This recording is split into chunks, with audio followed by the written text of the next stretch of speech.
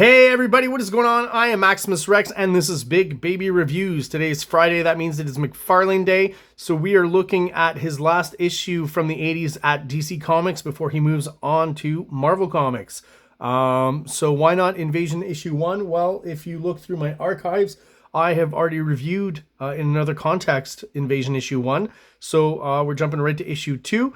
I'm not going to spend too much time on the cover just because this is a Bart Sears cover. Not that I have anything against Bart Sears. He's a great artist. He's definitely referencing a classic kind of World War II picture here. But we're here for some McFarlane, so we're going to spend no more time on this, crack it open, and have a look inside.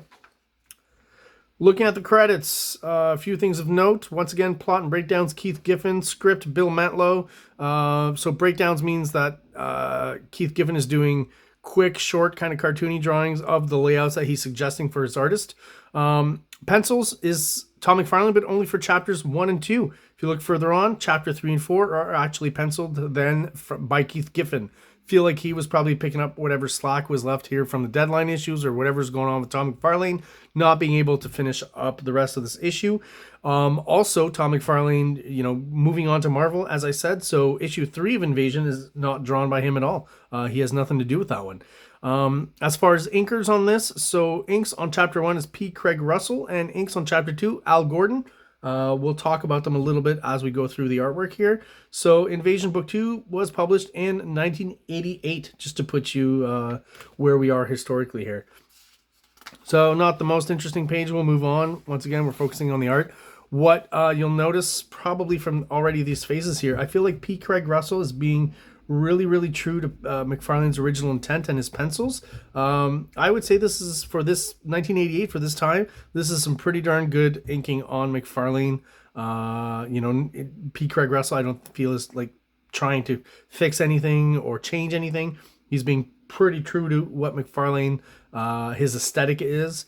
And I think we see that already on these pages here, even with the smaller panels. So we're getting a lot of McFarlaneisms in the positions, I think. Right, and some of this finicky McFarlane like detail on hatching and extra lines and texture and stuff. And I'm just gonna move pretty quickly through these pages just because they're so small. Not that they're bad. Each panel is pretty well composed and easy to read, so a lot of good storytelling there. Another good example of the inker being pretty true to McFarlane's line. And what's going to be interesting with this issue, this is one of the only times you're going to see McFarlane drawing Superman, right? And kind of putting his, stamp on it, his ticks and stuff. Right away, this splash page, I think, is interesting because of the multiple planes, right? So you've got the element in the foreground here. I would still consider this foreground. Then you've got the middle ground here, the background. Like, this is very layered, and it creates a great sense of depth in this image. I think this is just a very successful image. Probably not fun to draw either, drawing lots of small characters in the crowd and stuff, but really successful. I think just a great page. So as I said, we're seeing examples here of McFarlane doing Superman, and he's definitely recognizable as Superman, but you can also recognize the McFarlaneisms, right? The way the cartoonier way the face is depicted. Even here, just this first shot of Superman, his cape, already quite exaggerated to what we're probably used to seeing from most of the DC house artists, even at this time in the mid-'80s, right? McFarlane was always one to kind of exaggerate those elements. The capes always just become huge, so it makes sense that he would do that with Superman as well. So again, the face kind of off-model, more of a McFarlane face for sure. We're getting some more McFarlane cartoony faces here. I think Blue Beetle just screams McFarlane here. That old trick McFarlane uses, the layering, right? Using smoke and steam and stuff. He's mentioned this a lot. Use that to create the different layers and the depth in the image. Again, I think this is a pretty classic McFarlane profile here on Hawkman. Does a really good job. And funny enough, the one shot, I think this is the only shot of Batman in this comic. And McFarlane just, again, it's his one opportunity. I feel like he spent a lot of time on Batman here. The really long ears and whatever you call these on his gloves or gauntlets, right? The kind of, for lack of a better term, I guess, bat spikes that come out. Just huge coming off that arm there. And a sign, I guess, of things to come when we'd see him do Spawn Batman later. But definitely pretty cool here for 1988. Like, no one's pushing Batman to this kind of look. Not yet, you know, and the cape and stuff, the Spawn-like cape. At least he's practicing. Let's call it Proto-Spawn cape. And then the inking, you know, like I said, in some instances just gets really thick and just doesn't quite work.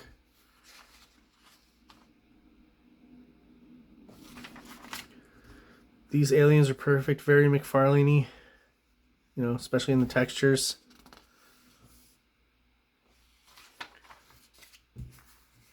Once again, the capes, right? The origami kind of folded paper look that he became famous for. It was already here in 1988, way before Spawn.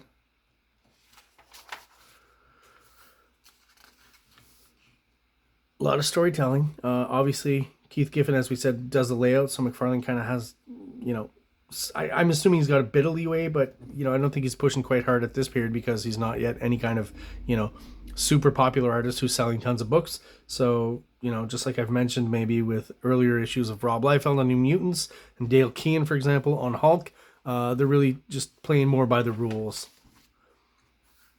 But then you get a cool kind of pin-up like this, right? Again, the exaggerated cape and stuff. Definitely recognizable as Superman, though. And this is Al Gordon do the inking. We're in chapter 2. Slightly different, maybe slightly thicker than what P. Craig Russell was putting down, but I do think he's also pretty close to what McFarlane is probably doing in the pencils there. I'm assuming McFarlane is doing much tighter pencils because he's being inked by someone else, right? So we're getting more of that line that he would usually do inking himself when he was inking. But he's putting it down in the pencils so that he's getting more of his actual look on the page. And Al Gordon's doing a fairly good job as well. I think P. Craig Russell's doing a bit better, but this is pretty recognizable as McFarlane, I would say. One little thing I want to mention here, the creeper here, I feel is like McFarlane doing some proto-Spider-Man stuff, right? With the legs and stuff. Definitely a Spider-Man pose that we would see McFarlane do later, probably in bigger and pin up in lots of detail and stuff, but I feel like he pulled this one out of his bag of tricks on Spider-Man quite a bit. Yeah, the angry face on Superman, I think is jarring. Let me just go back to the bigger one we can see here. It's just maybe a little bit jarring, at least it was for me as a kid, because you rarely see Superman kind of have that level of anger, right? Unless you've seen Superman 3, I guess.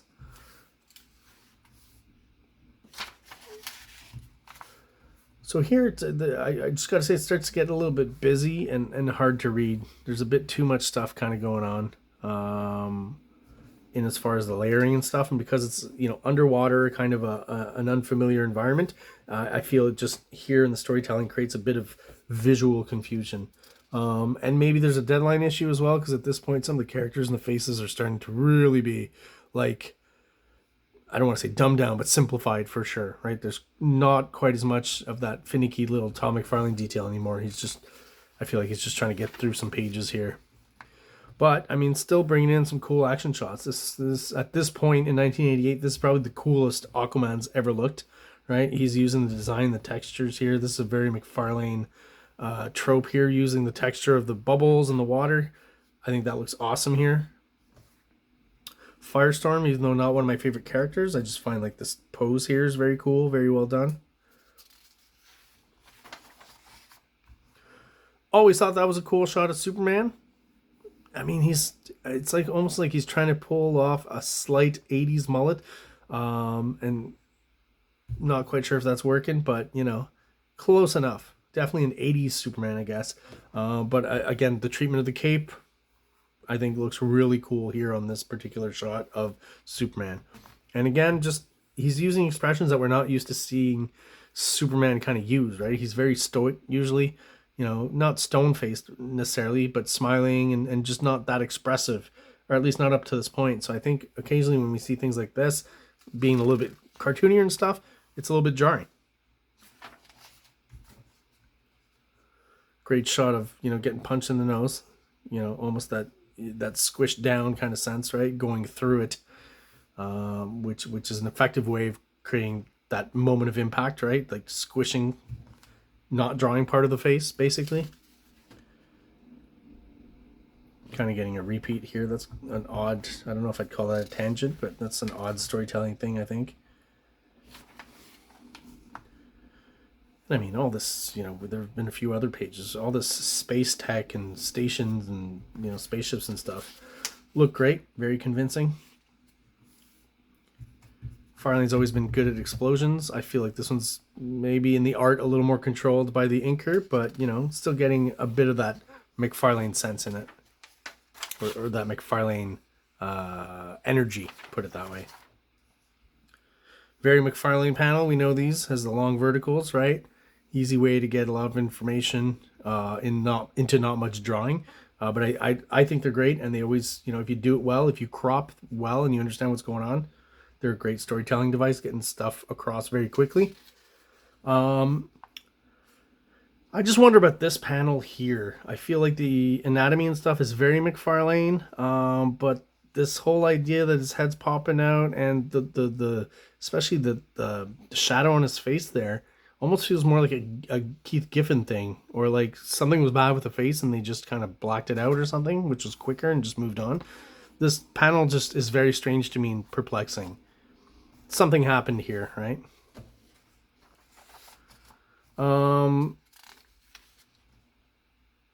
Doing a pretty good job here of what I call the classic Gil Kane shot. If you know anything about Gil Kane, he worked very hard at nailing that shot where you draw people, you know, looking down and from a point of view where you're down and looking up at them, and you can see under the nose and stuff. Very well done here by McFarlane. You know, there's like a slight cartooniness to it, but it's almost, or like there's a realism to it, I think. It's just really well done here, you know. And I don't think McFarlane gets enough credit for being necessarily anatomically correct or realistic, but I find like it works here.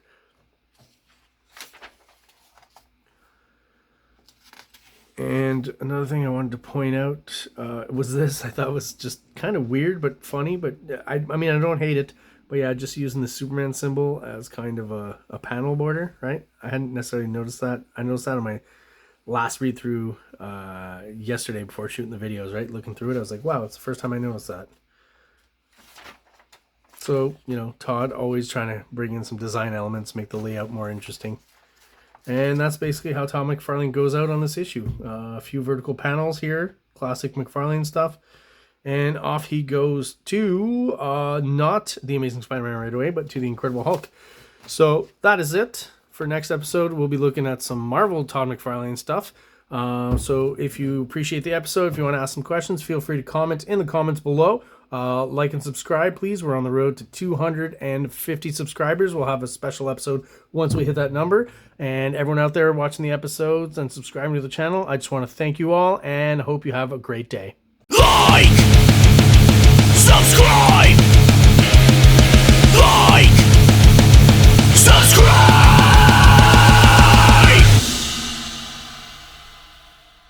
King Comics presents Big Baby, Volume 1, Issues 1 to 13, 204 pages of story and art. King Comics also presents Star Crasher one-shot, 32 pages, cosmic sci-fi surrealist adventure. You can find these fine comics at KingComics.CA, at MaximusRex13 on Instagram, or on Facebook, MaxRex or Big Baby.